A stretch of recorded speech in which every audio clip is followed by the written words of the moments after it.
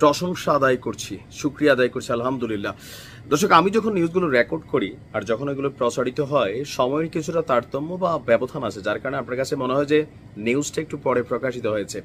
গেল কিছুক্ষণ আগেই যখন ইসরায়েলের প্রথম ধাপের হামলা আমরা দেখলাম যে ইরান জুড়ে চলছে, ঠিক কয়েক মিনিট পর, তার মানে ইরানও ছাড়ছে, ইসরায়েলও ছাড়ছে। ঘটনাটা এমনই হয়েছিল। ইসরায়েলের বন্দরনগরী হাইফা, আজকে আমি বলছিলাম যে হাইফাকে ইরান ধরছে, কারণ এটার নিরাপত্তা সিস্টেমের মধ্যে অনেকগুলো ঘাটতি আছে।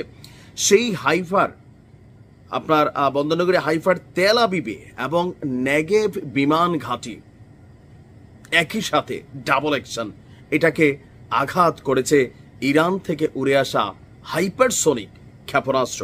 আমার অন্যান্য ভিডিওগুলো দেখলে বুঝবেন কেন ইরানের আঘাতগুলো এত লেটে আসে অথবা কতগুলো পথ তাদেরকে অতিক্রম করতে হয়। ইসরায়েলি উদ্ধারকারী সংস্থা জাকা বলছে এই মুহূর্তে সেখানে খুবই কঠিন অবস্থা। প্রকাশিত ছবি ফুটেজগুলো, অনেকে এআই দিয়ে বিভিন্ন ফুটেজ পাঠাচ্ছেন, পুরো বিমান ঘাঁটি জ্বলা গেছে, উড়ে গেছে, এগুলো কিন্তু সত্যি না। হ্যাঁ, হামলা হচ্ছে, ধ্বংস হচ্ছে, বাট যেগুলো এআই এর ভিডিও ওইগুলো না। আমরা যখন নিউজটি করছি তখন দিকবিদিক ছুটছে এই শহরের বাসিন্দারা। আমার কাছে কেন জানি বারবার গাজার দৃশ্যটা মনে হচ্ছে এই ধ্বংসস্তূপ দেখা আর মানুষের দিকবিদিক ছোটাছুটি দেখে। ইসরায়েলকে লক্ষ্য করে কয়েক ডজন হাইপারসোনিক মিসাইল ছড়েছে ইরান। আন্তর্জাতিক গণমাধ্যমগুলো বলছে যে ভিডিওতে শহরে বিস্ফোরণের দৃশ্য ধরা পড়েছে এবং কি বার্তা সংস্থা রয়টার্সের ক্যামেরায় হাইফা শহরে বিস্ফোরণের দৃশ্যগুলো আবার মিডিয়াতে আসছে, কারণ ইসরায়েল এগুলো প্রকাশ করে না।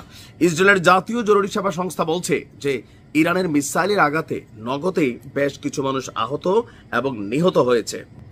অপরদিকে আন্তর্জাতিক গণমাধ্যম বিবিসি বলছে জেরুজালেম এবং তেল আবিবের রাতের আকাশে চমকিত হচ্ছে ইসরায়েলের ড্রোনগুলো, ক্ষেপণাস্ত্রগুলো। বিস্ফোরণের শব্দে অন্ধকারের বুকে জেগে উঠছে থেকে থেকে আগুনের শিখা, কারণ আয়রন ডোম ইরান থেকে আগত ক্ষেপণাস্ত্রগুলোকেও প্রতিহত করার চেষ্টা করছে। সারা দেশে সাইরেন বাজছে, লোকজনকে পালাতে বলা হয়েছে বেশ কিছু জায়গা থেকে, যে বাড়িঘর ছেড়া পালাইয়া নির্ধারিত আশ্রয় কেন্দ্রগুলোতে অবস্থান করো।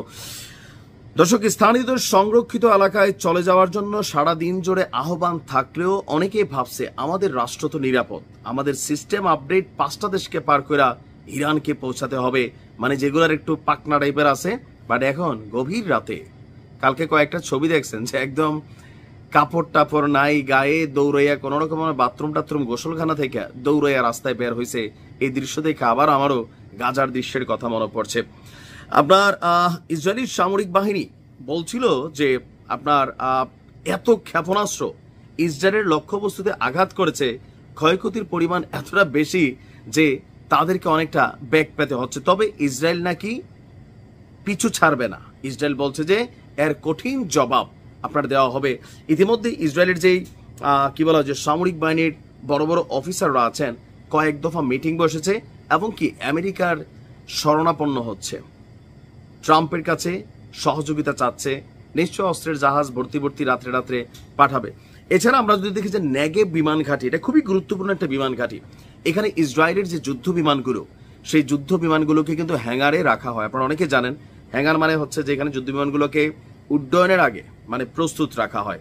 তবে এই বিমান ঘাঁটিটা খুব বেশি ক্ষতিগ্রস্ত হয় নাই, কিন্তু কিছু জায়গাতে সামরিক যে কাঠামো আছে, অবকাঠামো আছে, এগুলো ক্ষতিগ্রস্ত হয়েছে।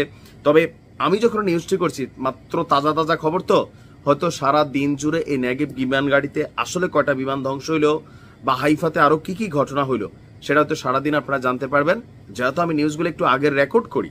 সো অনেক তথ্য হয়তো মিসিং থাকে, বাট ঈদ মোবারক, ভালো থাকুন।